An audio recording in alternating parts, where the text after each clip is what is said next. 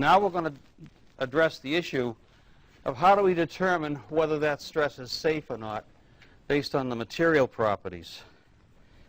And we're going to take this in two stages because there's two very distinct different types of materials from this perspective, and they are ductile or brittle. And we do use both in engineering, so we have to know which we have first of all, and then how to handle it in terms of its potential failure. So we'll deal today with ductile and then on a subsequent day with the brittle materials. We're now in Chapter 5. We've left 4 behind. So this shows a stress-strain curve of a typical ductile material, which you should be familiar with from your ES 2001. And it has the characteristic of metals, at least, will have a straight portion, which is called the elastic region, and the slope of that is Young's modulus, the material stiffness.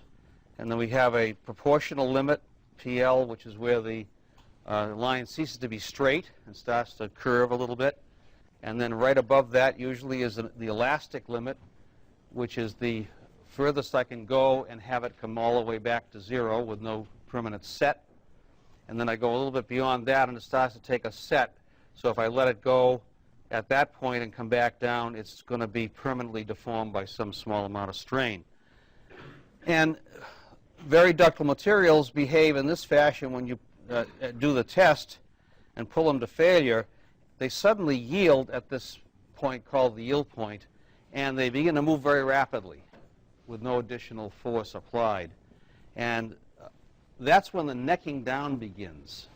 And there's a photo in the book of this, of several of these samples. These were actually pulled in a test machine down in the basement of this building, which machine is no longer there. It's been gone for years, but we used to have a tensile test machine in this building. Now there's a couple of Instrons across the street in Washburn that do the same thing. But I don't know how well you can see that from where you're sitting, but there's a picture in the book of this, and it's going to come up on the slide in a second. And this is ductile steel, and this is cast iron, which is brittle.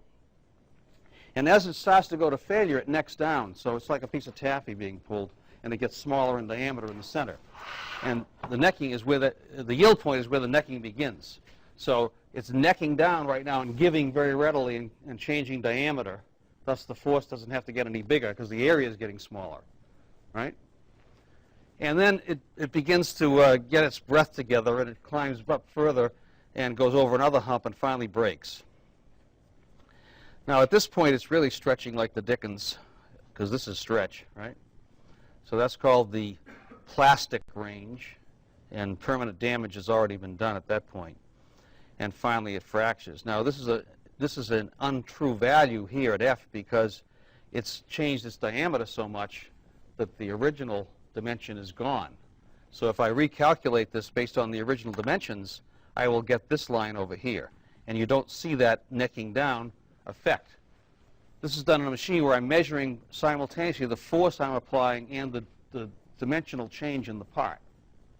And so I have to correct for the change in area. So the curve on the right has corrected for the change in area. Now, why do we need the different theories? Well, this is the explanation here. The materials also divide into two categories called even and uneven. This is just based on their strength characteristics. It happens that most ductile materials will tend to be even, and most brittle will tend to be uneven. But there are some exceptions, so you can't make that as a blanket statement. So an even material, by that is meant it has the same strength approximately in compression as in tension. So if I subject it to a compression test and smush it, the result of which you see on the second one here, so that's the compression test specimen in ductile steel, and this is the end result. Because it's ductile, it just squashes. It never really breaks. Okay? And it happens to have the same strength in compression as in tension, thus it's an even material. By the way, I should make the point, I'm not sure I said this earlier, that in mechanical engineering, we try to be careful about our terminology, and we use the term stress only to refer to a condition within a piece of material that we're loading. And we reserve the term strength for the property of the material. And a lot of people misuse those in practice. I read report just recently for a consulting client in which it was misused all over the place. And it gets confusing. Is the guy talking about the strength of the material or the stress in the part? So you should be careful to use strength when you're talking about what the material can stand and stress as to what you're doing to it. Okay? So here we're talking about strengths. So compressive strength is the same as tensile strength. That makes it an even so-called material. And notice the shear strength is less than the tensile. It's about half. There's your maximum shear. And these are Mohr's circles, right? That's a Mohr's circle for a tensile test and a Mohr's circle for a compression test. Two different circles. Take a piece of cast iron, for example, or other cast metals, and do a compression test and do a tensile test, and you get very different results. First of all, over here is the cast iron, so the tensile test results in this kind of a break. The fact that it's at the end here has to do with stress concentration as opposed to in the middle.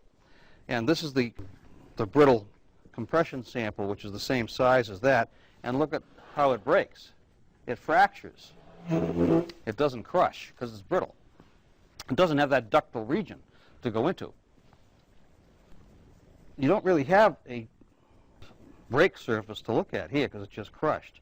But if you look at the break surface of the tensile specimen, hard to see from your distance. Look at the picture in the book, you can see it more clearly. That surface of the break is not perpendicular to the axis, right? But the stress was.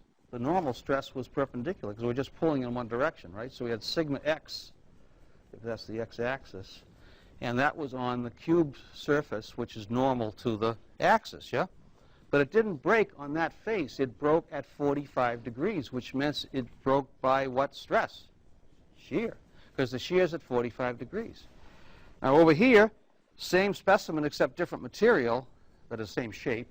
I pull this thing, it breaks normal, right across.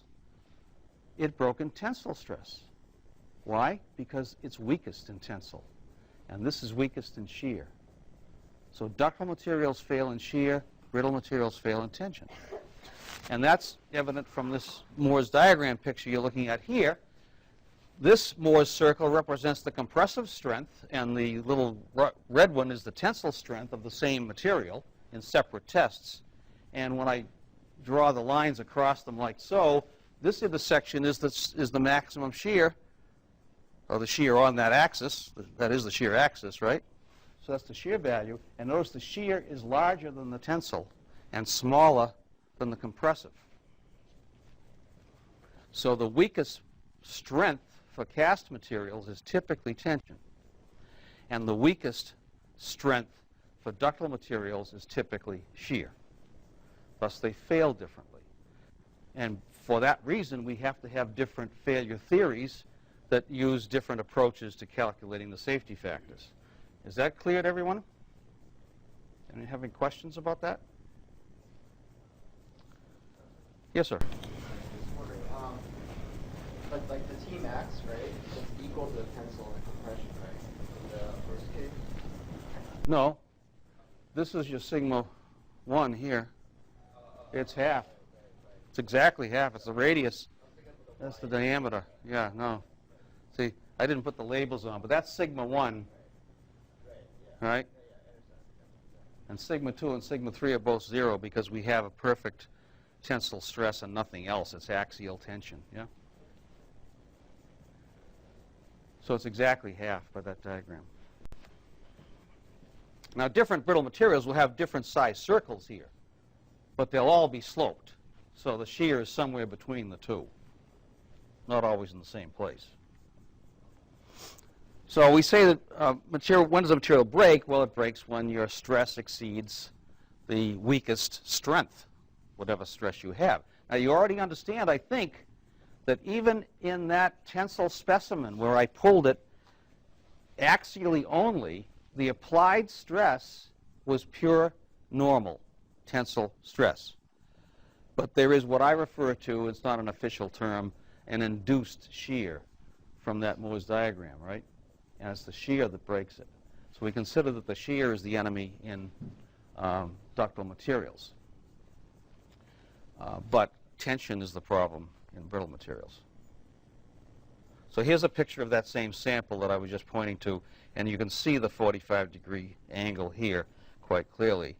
And that's its same stress-strain plot. That's the Moore's circle diagram for this specimen. I'm applying a sigma x, and only a sigma x, no other applied stresses, and the Moore's circle turns out to have sigma 2 and sigma 3 both 0, and tau 1,3 is exactly half of sigma 1. Here's that same brittle sample, and there it fails in tension across a plane normal to the axis. There's the stress-strain curve of a typical brittle material, and it doesn't have that ductile zone. It just breaks. It doesn't have a distinct yield point either. The yield point has to be artificially created where you do a 2% offset line on the strain, 0.2% rather offset, and pick that point and say that's the shear value, but it doesn't really, that's the yield value rather. It doesn't really yield. I've already explained why that's 0, and that's the same exact diagram. It's the same stress state, so the Moore's diagram looks exactly the same, but the failure mode is very different because the material's different. These are the same samples I just showed you on that board, and here you see the break line is around 45 degrees. So the compression strength is the highest of the three in a brittle material, right? So it fails in shear. There's no tension. The Moore's circle looks like that. I didn't have one in the book, so I flipped it. All the letters are backwards. I mirrored it. So you have to use a mirror to read the lettering. But that's what the Moore's circle would look like. So there's nothing on the tensile side, but I have a shear and a compression, and the shear is weaker than compression. So we have a bunch of failure theories that have been generated over the years. Some have people's names on them, others don't. And this whole study goes back centuries, because things have been breaking for a long time, ever since the first industrial revolution, when they started to make machinery, steam engines and that sort of thing, locomotives, stuff that had some serious force in it. Before that, it was horse-drawn stuff, and there wasn't a lot of force involved. So that's more or less when this thing started. Now, when was the first industrial revolution in England? Anyone remember from your history? I think it was earlier than that. Yeah, 1700s, before the American Revolution. American industrial revolution was more in the 1800s, when we got our act together after we got rid of Britain, started to build our own industry up. So during that period, and I don't have any dates on these things, various people proposed theories as to how these metals break, mostly metals. One that was proposed was total strain energy. Well, you have a sense of what strain energy is. You know what strain is. It's the normalized change in dimension of the part, right? Either push it or pull it, changes dimension. It's inches per inch or millimeters per millimeter. It's normalized. And there's an energy associated with that. So if you think of this piece of test material as a spring, and I grab it and I pull it and I stretch it 10 microns or whatever, it's not going to move very much, it's got a spring constant, and I've stored some energy in it, right? So that's called the strain energy. It's internal energy in the part. If I don't go beyond the elastic limit, when I let it go, that strain energy comes back and pulls it back together to the original dimension, right? It's now known that this is not the correct theory, so it's not the one we want to use. But this theory simply said that the part will break when the strain energy gets to the same value that it has on the stress-strain curve for the material, whatever that might be. Distortion energy theory, which turns out to be the most accurate, that's the one we're going to spend the most time on discussing today, is well proven now over centuries to be correct by many, many different people by different methods. And I'll have to explain exactly what is meant by distortion energy with some equations that are coming up in the next couple of slides. But to put it in colloquial terms, there are two, I want to call them components of strain energy. And one is called hydrostatic strain. You know what hydrostatic means. That's hydrostatic pressure is what you have down under the water, right? It's what acts on a dam. It's the same in all directions, unlike stress, okay, which can be different in different directions. But there's a portion of the stress, the total stress, that is the same in all directions, if I look at a subset of it, okay? Then there's more stress sticking out beyond that in other directions. I'm doing a simplified analogy here, okay? So there's some hydrostatic stress present, and then additionally some what is called distortion energy. I'm really mixing terms here. I should be talking only about energy and strain, because these are strain-based theories. So the hydrostatic stress is due to the hydrostatic strain, and an example of that is take a solid sphere of something and lower it into the ocean. And the deeper you go, the more the pressure, and the pressure is uniform in all directions and is trying to crush that ball. And a fellow named Bridgeton, either Bridgman or Bridgeton, I've forgotten now his exact name, did an experiment in high pressure. He was called Mr. High Pressure. He developed machinery that would create up to 1,000,000 pounds per square inch of pressure. Bridgman, I think. And he did the following experiment. He took a block of ice, a cube of ice, and he put it in his machine. And he took the pressure up to 1,000,000 pounds per square inch on the block of ice. It was in fluid. I think he used gasoline, if I remember correctly. I won't go into the reasons for that, but whatever. It was in a fluid, so the fluid, of course, will deliver the pressure uniformly all around, right? So he takes this slug of gasoline, he takes it up to 1,000,000 psi, and there's an ice cube sitting in the middle of it. The ice cube does not break, proving that hydrostatic stress is not a factor in failure. Now, if you took that same ice cube and could somehow put it on the table and put 1,000,000 psi of pressure on the top surface, it would shatter long before you get to 1,000,000 psi. Because now it's able to change shape. And it's the shape changing that is the distortion part. So some of the strain energy, given the certain circumstances of how I load it, can go into changing the shape of the part. And that's due to shear, isn't it? The shearing, if I shear that ice cube, I'm going to somehow grab the top and bottom surfaces and make not a cube but a rhombus or boid or whatever it's called out of it, right? I'm going to angle it. And that distortion is what's going to kill it. So that's what this refers to. The pure shear stress theory predated the distortion energy theory, though it's listed last here, and that's considered now unsafe as well. The maximum shear stress theory says it's going to break when you get to the maximum shear value, and that's pretty close to being correct, because we know that the maximum shear value of strength is 50% of the tensile strength, right, from that Morse circle. It's the radius, not the diameter, yeah? So I could say that I'm going to stop, I'm going to worry about putting any stress that gets too close to half the tensile strength of the material, which would be its shear strength. And that would be the shear stress theory that says I don't want to be more than halfway to the tensile strength of the material, or the yield strength. If I have to decide, what do I call failure? Back to my specimen. That clearly has failed. It's broken in two pieces. But before it broke, it necked down and got longer. That could be considered failure, and usually is, because it's changed its size and shape dramatically, and probably whatever it's supposed to be doing doesn't work anymore. It's lost its dimensional control. So usually yielding is considered to be the limit. I don't want it to break, obviously, but I don't want it to yield either. Now, we have a different set of theories that we'll come to in the next lecture, so I'm not going to say much about them now, other than to show you that they exist, and they all deal with normal stress. And this note says that the ones with red arrows are a good idea. Ones that don't have red arrows are a bad idea. So let's talk about strain energy in a little more detail here. Usually it's given the letter U, and it can be calculated as 1/2 the modulus, Young's modulus, times the strain for any particular point along the curve. And that's true only in the elastic range. Once you start to go plastic, the whole deal changes. So you don't have that slope anymore. So I can bring in the stresses. These are principal stresses, and I can rewrite this. E is equal to sigma 1 plus sigma 2 plus sigma 3, big E. So I can rewrite this equation so that I bring in the stresses and the strains both.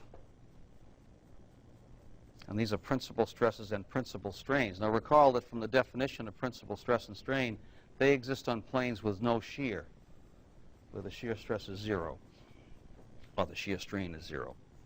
These are the expressions for the principal strains, which I didn't introduce earlier. And they're a function of the Young's modulus and the principal stresses, the three of those, and Poisson's ratio. So I can get from one to the other very easily. So I can then write an expression for total strain energy. Now this includes the hydrostatic piece and the distortion piece both. And we're going to pull them apart. So another expression for that is I have a hydrostatic strain, that's the sub H, and a distortion energy strain, that's the sub D.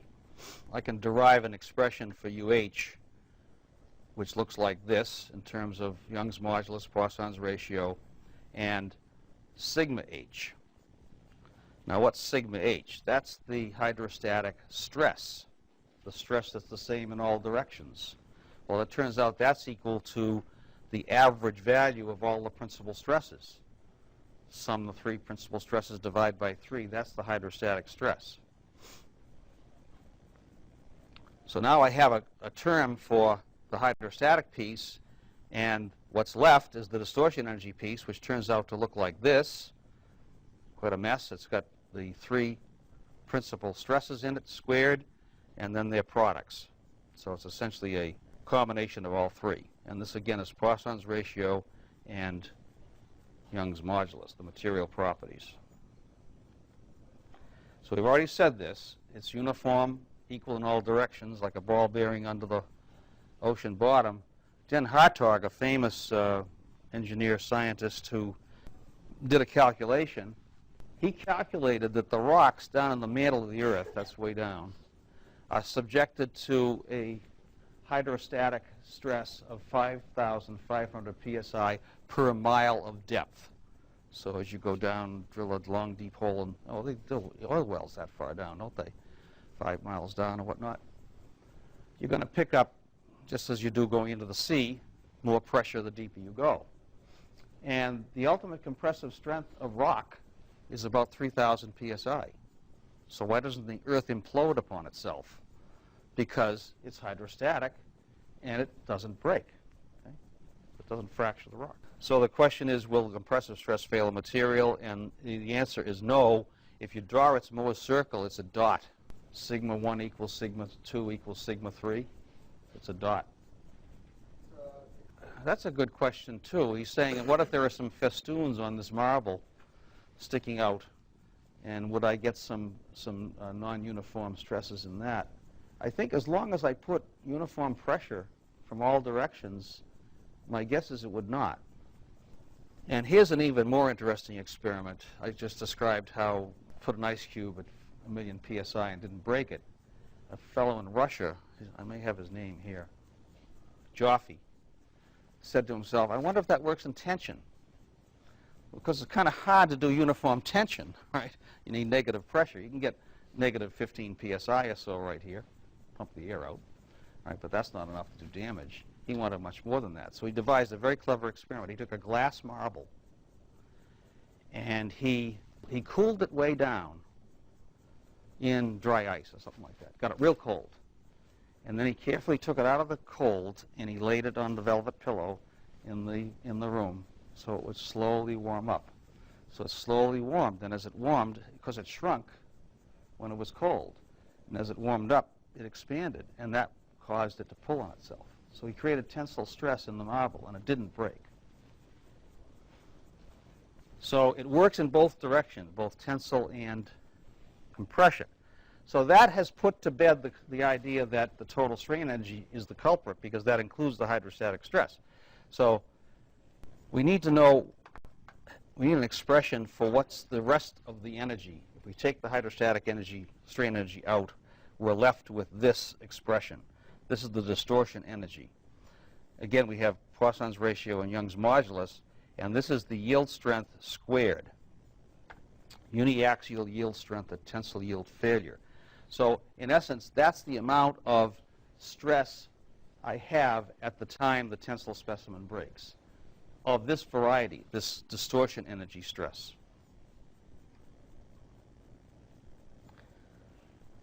So we write the expression for a general state of stress in a part in terms of this so-called distortion energy.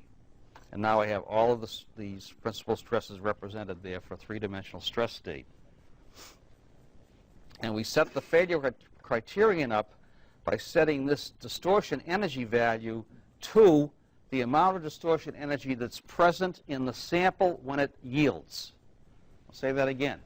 The expression on the left is the amount of distortion energy that's in that tensile specimen at the time it goes to the yield point and starts to give. And that's the distortion energy for any part with any set of sigma 1, 2s, and 3s. So you see where this is going? If I calculate the principal stresses for my particular loaded part, like that arm with the rod that we had the other day in class, and I get the sigma 1, 2, and 3, with this expression I can calculate what the distortion energy is in that part at that time. I can compare that to this number for its material. And if this is less than that, I'm okay. When this reaches that, I'm starting to yield. When this exceeds that, I've failed. Okay? So this then becomes my criterion for strength based on distortion energy, and I can crank out a number to compare it to with my principal stresses and the material properties. I've got to bring material into it. Poisson's ratio and Young's modulus, yeah. Go ahead. The left-hand side isn't dependent on parts geometry at all? No, because we're down at the energy level. This is the amount of energy in the part, so it's geometry independent. That's a good question. Geometry is all wrapped up in here, right, because this is made of torsion and bending and direct shear and God knows what kind of stuff I have in here. It's whatever I happen to have today in my loading, okay? So this becomes our failure criterion. When this strain energy in the part gets to be the same as the strain energy in my sample, then I know I'm in trouble. See, the problem is this. It's very simple. All the strength data we have for these materials comes from these tests. And they're very simplistic tests. What can I test? Well, I can take a nice round rod like this, and I can pull it in pure axial tension and break it and find out at what stress and what strain and what distortion energy and all that stuff it broke. But none of my real parts are just loaded in pure tension, usually. I have, in that simple example we had yesterday, I had shear stress of two flavors in one spot, and I had shear and normal in the other, right? So I've got to be able to get those combined stresses into a form that I can compare to the only strength data I have, which is for pure tension or pure compression.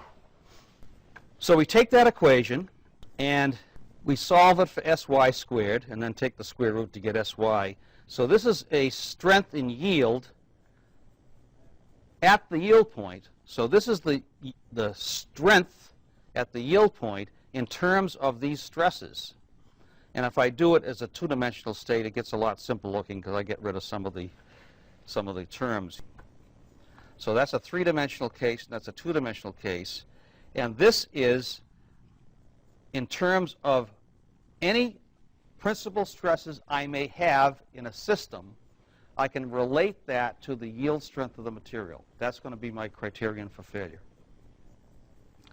If I plot that function, this equation, set it equal to 1 to normalize things, it gives you an ellipse. Now, this is plotted on a sigma 3, sigma 1 plot. This is for the two-dimensional case, so I don't have a sigma 2. Sigma 2 is 0. It would be coming out of the paper at you if it existed, right? So this is really a three-dimensional system where sigma 2 is the third axis, but it's 0 in this particular example. This is called the distortion energy ellipse, as you see by the title.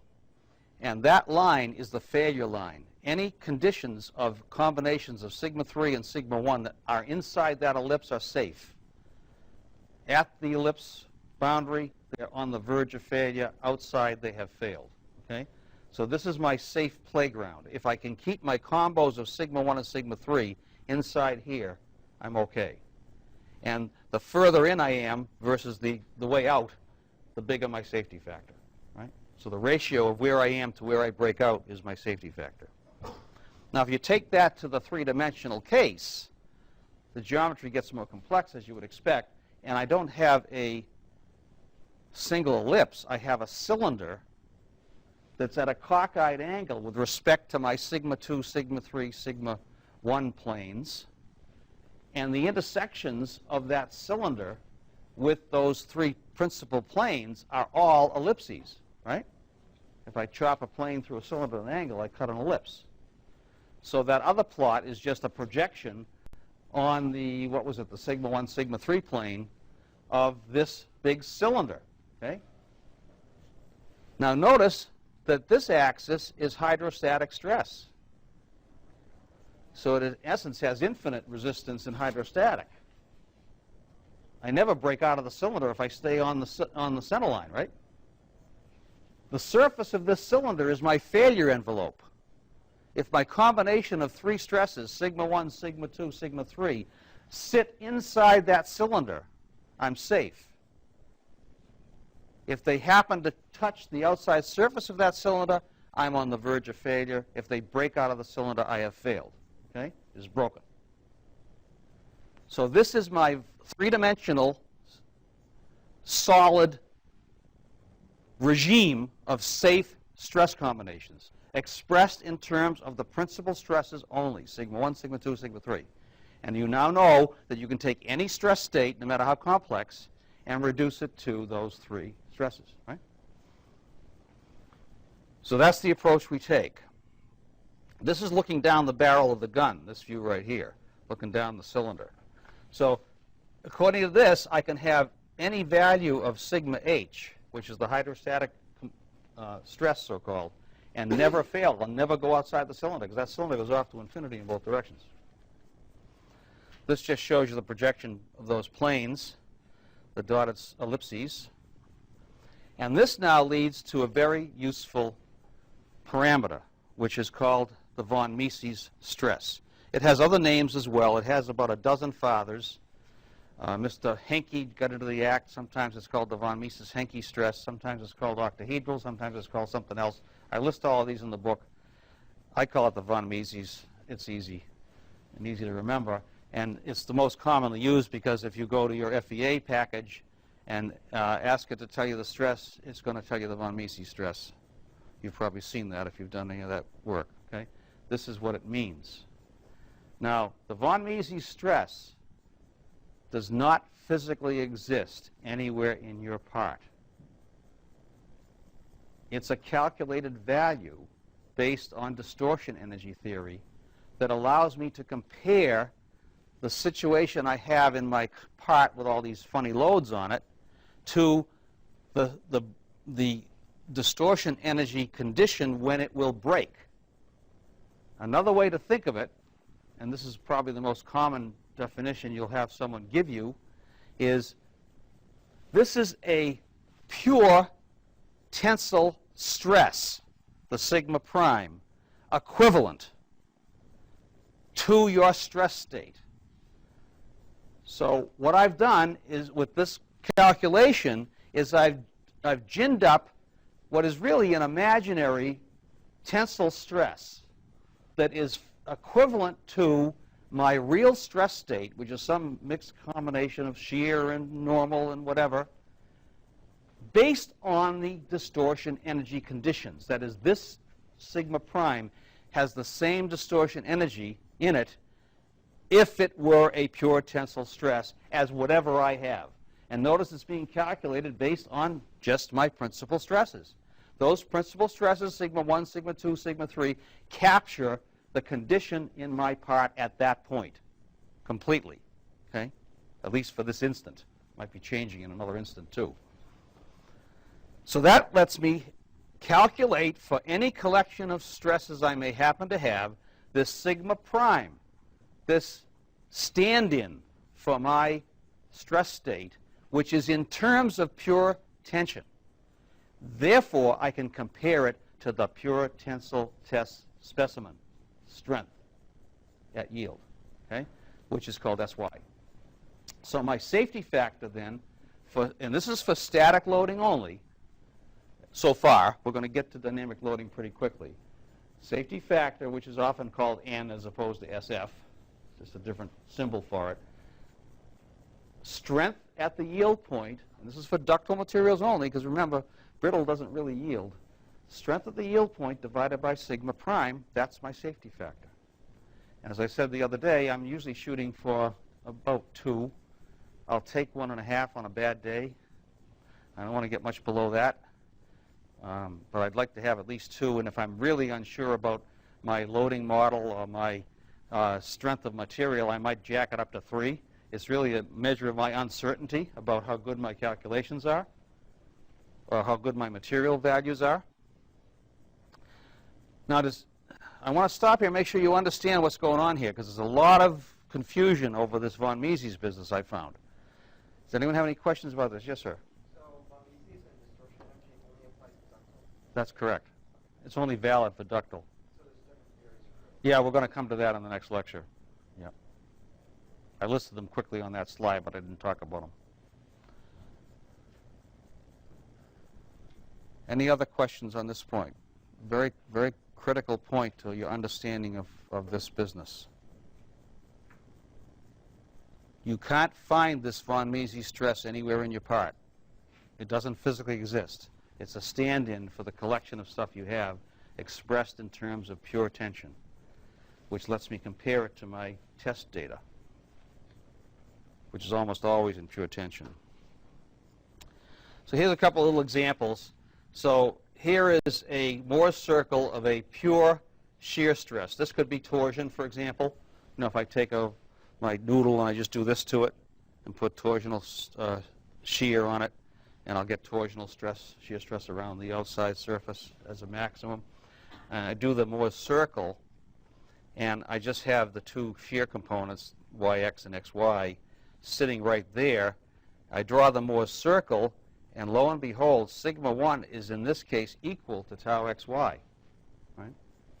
And I have sigma 3 equal to minus that value, and sigma 2 is in the middle. It's a 2D state.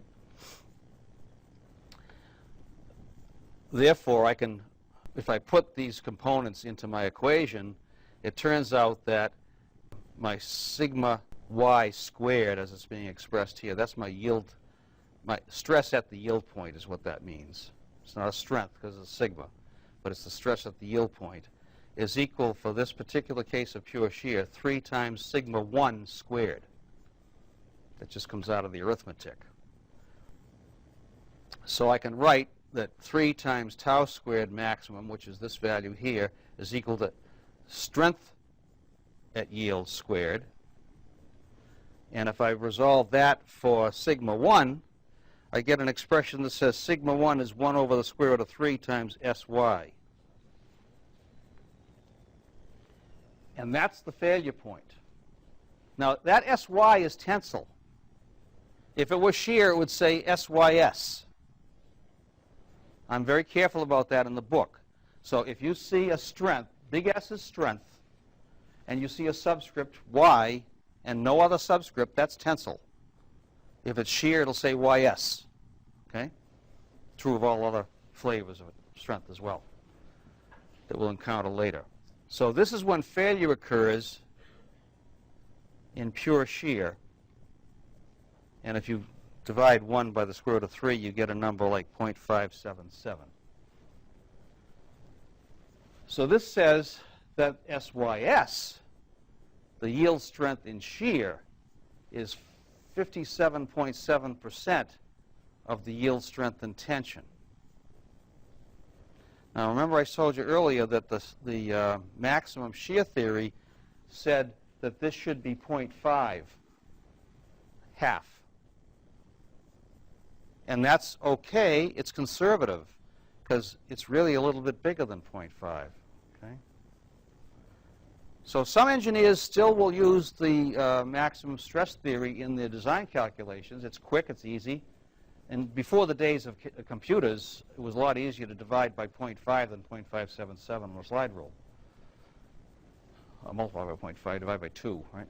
So it was easier to do the calculations that way. That's no longer an issue because we have calculators and computers. But this is the accurate number. So if I'm trying to analyze a failed part, and I want to find out what were the conditions when it failed, I'm going to use this because it's going to give me an accurate answer. If I'm just designing and I want a crude number, I might use the 0.5. But I don't even do that anymore because it's so easy to do the 577 when you've got a calculator. So here's what I was just saying. Here's the 0.5 SY. That's the maximum shear stress theory.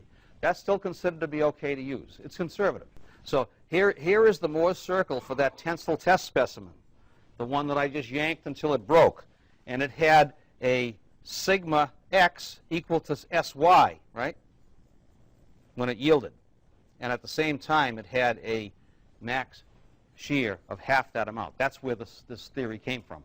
Okay? Turns out it's slightly conservative.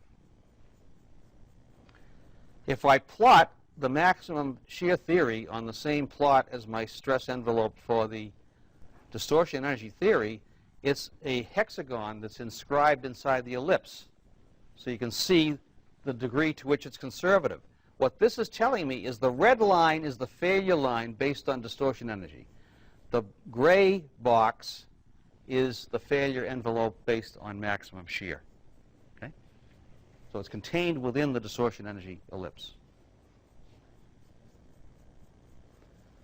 I didn't realize I was going to get into this today. What am I doing for time? I got another 5 minutes. We'll see where this goes. So maximum normal stress theory, and note what I say here, this is presented for historical interest and completeness, but it should be noted that it's not safe for ductile materials. It is the one we use for, or a form of it for brittle.